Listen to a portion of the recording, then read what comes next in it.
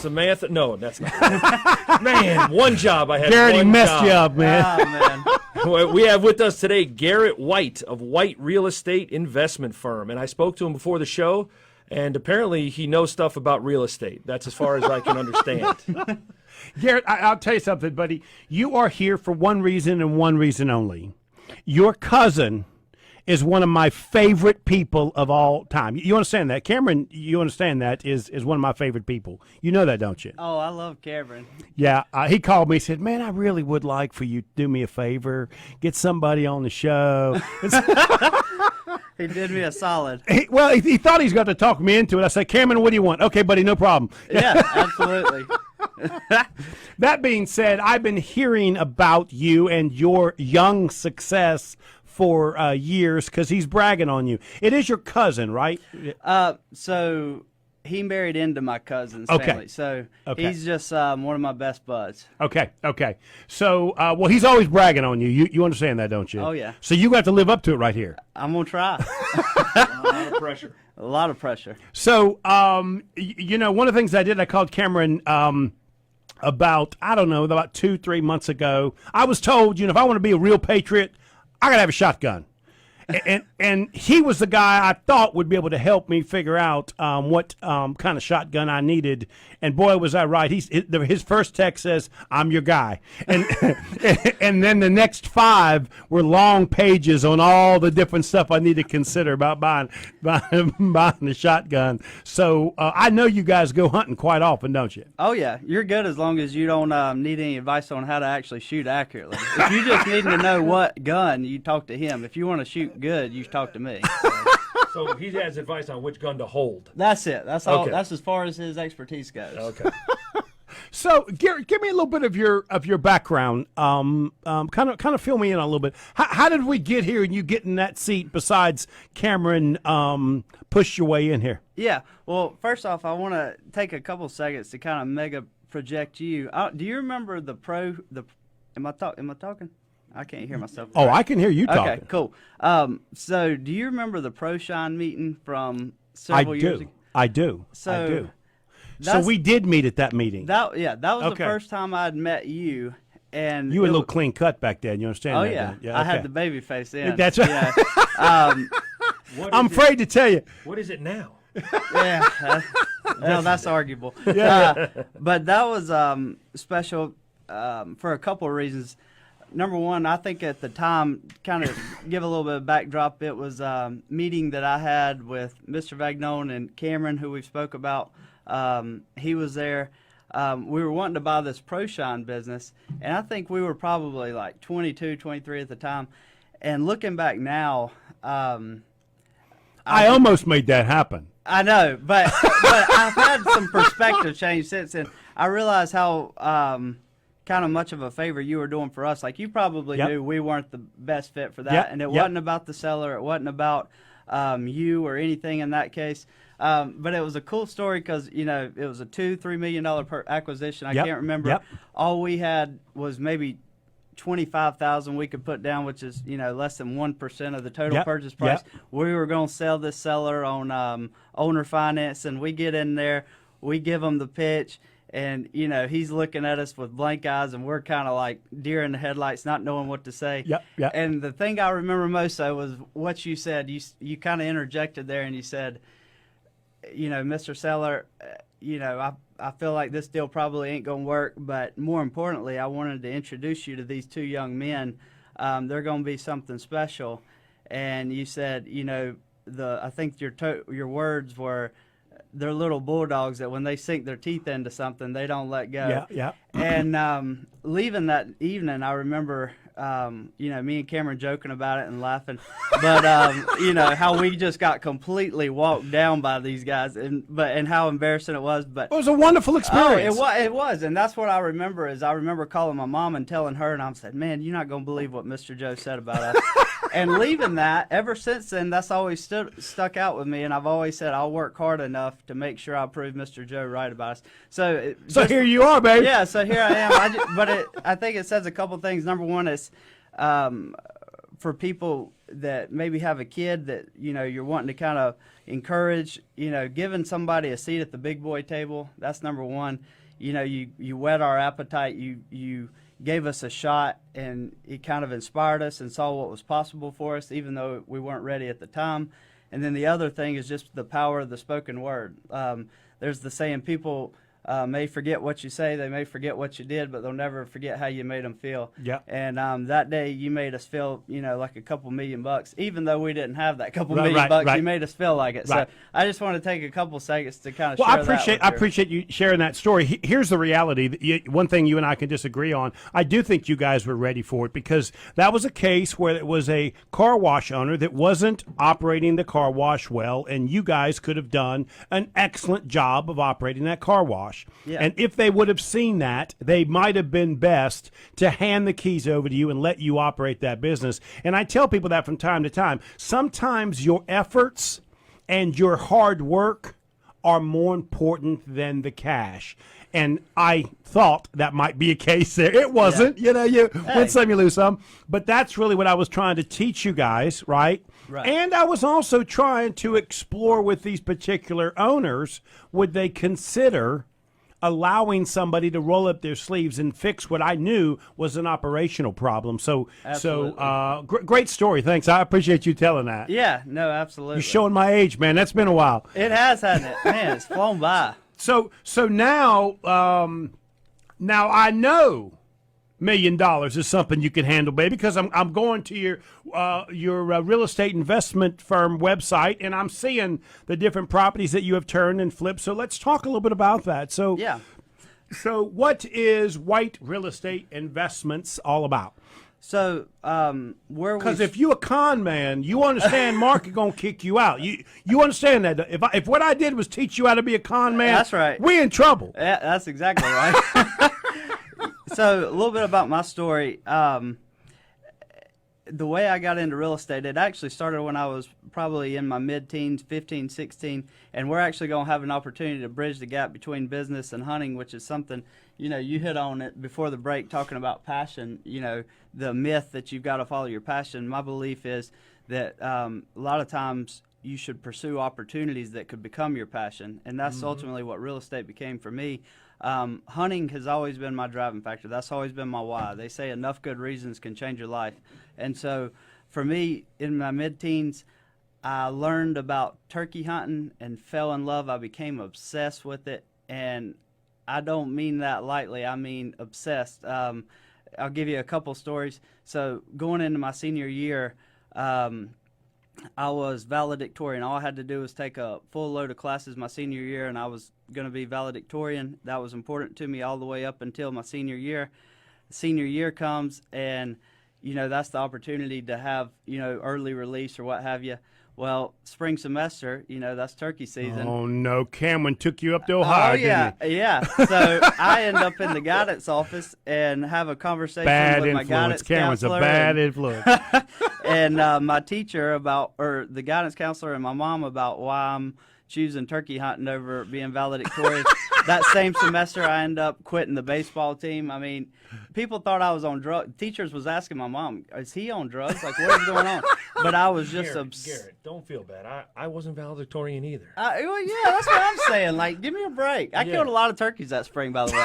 I mean, we got to look at the priorities. There's a lot of hungry valedictorians out there. Absolutely. I mean, I need turkey for Sunday. Somebody got to shoot it. What happens if the grocery store closes and Thanksgiving's got to happen? You're right. I'm calling you and Cameron. I'm your guy. Exactly. Well, don't call Cameron. Just call me. But, yeah, so, that became my driving force for my senior project. I talked my principal into letting me do it on the art of turkey calling. Everybody else is interviewing and mentoring with doctors and all this. That's funny. And, they say coincidence is God's way of staying anonymous. My dad's talking to some guys at work about what I'm doing my project on. He ends up meeting this guy who is a world champion turkey caller. And that ends up being my mentor. Wow. And that was kind of where I learned the importance of having mentors, because to kind of bridge the gap, I have the mentor. I get into competitive turkey calling. I'm still passionate and loving hunting, and I'm wanting to find ways to spend more time in the more time in the woods and more time in the office. and I'm exploring all these ways. My sophomore year in college, I meet these guys who are in their 20s and had been in real estate, and seems like they just got it figured out. Like they have a pretty flexible schedule, and they sell me on the vision. Mark makes life look easy too. Yeah. Well, and I like how he said flexible schedule, and in his mind he says turkey hunting all the time. yes, that's what I mean by I flexible. can work from the woods. That's what he's it, saying. and that's what I've been. That's what I've been Well, chasing the this whole flexible time. part was lunch breaks. Yeah, in the turkey hunt. Exactly. But anyways, they sell me on this vision that, hey, if you want to spend more time in the woods than more time in the office, you need some type of passive income, some type of business, get you some flexibility. It flips my switch. I buy my first duplex 6 months later. A couple months later, I am at church, and I meet a lady who's getting like 0.25% from her CD. I'm out of cash, but I'm wanting to do more deals. She's frustrated with her returns, and I say, well, hey, what about an opportunity to partner on something like this? I can get you several times what you can get from a CD. She and I end up partnering and on that deal, and that was another important turning point in my business, because it allowed me to stop seeing through the lens of just income and like what I can do. And I started to see the importance of impact as well. Like, hey, I have an opportunity to help more people. You know, how can I scale this model to where I can, you know, the same thing I'm passionate about is this flexibility and this time. You know, there's other people that have that same desire, but maybe they don't know about real estate. Maybe I can be that thought leader for them. And so that's kind of what got the wheel spinning. And like I said, the importance of impact in our business. And so from there, it just kind of grew organically. You know, I was able to get her the returns that she was after. Word kind of spreads. I've got a couple partners. Over time, the amount of capital that's coming in, we just can't scale it fast enough with the single family. So we pivot into multifamily, commercial, and that's where we're at today. Is White Real Estate Investment Firm. We specialize in multifamily acquisitions, commercial. We bought some properties on Main Street in Mooresville. But essentially, we're just here to, you know, a lot of people, small business owners, things like that, they've got the income, they're high income earners, they're busy professionals, and they just need passive income. But a lot of people don't like tenants, toilets, and trash. So we're here to bridge that gap. Toilets, and trash The 3 Ts. are a problem. That's it. And Garrett can. I'm Garrett, your guy. You talked about dirty jobs, I got you. Right. And I can Garrett will testify. deal with the tenants. Garrett will take out the trash, and he'll clean the toilets if necessary. Absolutely. Yeah, I can testify he's following his. When he got here this morning, he just walked out of the woods. And what's weird is he went right in and cleaned the toilets. It was amazing. Like, you can come to our business anytime, man. Yeah. That's the cleanest our bathrooms ever been. Garrett, this is a warm welcome when they start making fun of you. You understand that, don't I you? like that. I like So, that. okay, Garrett, we're going to take a break. You're going to do some calls as we're going to break. All right. Some turkey calls. All right. Is that what you got, turkeys? I got a turkey call and I got an elk call, so we can do Do a them, little bit of do both. them right now. Go Do 'em ahead. right now? As we're going to break, I want you to do them. All right. Well, Joe, put your shotgun down, Joe. Goodness gracious. Getting his call ready here. No idea. I don't know. It looks like a mint. Yeah, the What mint is is that? right there. I don't know. It's pretty. Come on, Russell.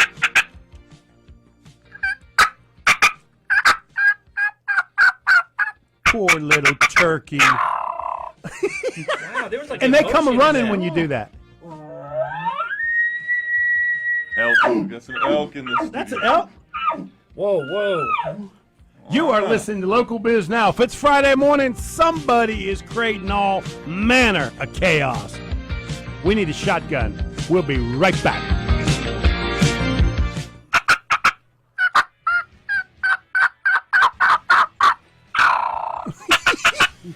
You are listening to Local Biz Now, and that was a turkey. That was the turkey. Here's the elk. Okay, here's the elk.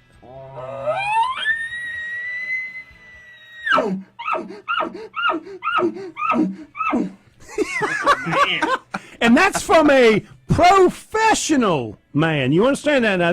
He's a champion. Professional expert caller. I mean, nobody asked me for my turkey call. Oh, this is awkward. Here it goes. Ready? Yeah, let's hear it. Turkey, get over here. Yeah, here's turkey. I love it. I love it. Garrett, thank you so much. I appreciate that. Listen, let's talk a little bit about mentoring because a lot of people miss the point, right? I had 3 or 4 mentors, right? They have to see something in you first. In other words, effort is required. Like Cameron endeared me before I was prepared to offer him this opportunity, right? Yeah.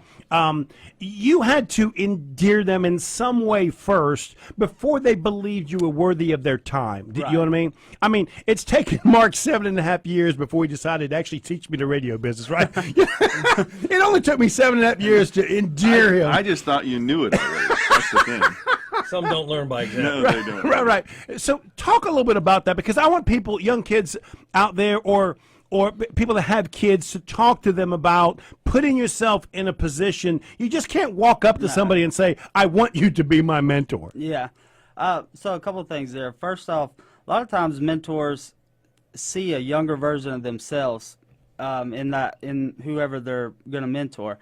But from a younger person's perspective, as far as how do you find a mentor, the key is being valuable to valuable people, being valuable to your mentor, trying to find a way to give something up front before you ask for something in return. So, and a lot of times, before you have money and expertise or what have you, it's going to be your time, some sweat equity. So, thinking through, like, what is it that your mentor a lot of times does. at that age, that's all you have is That's time, it. right? Yeah. I mean, so give of it. Don't be so worried about getting value up front. Exactly.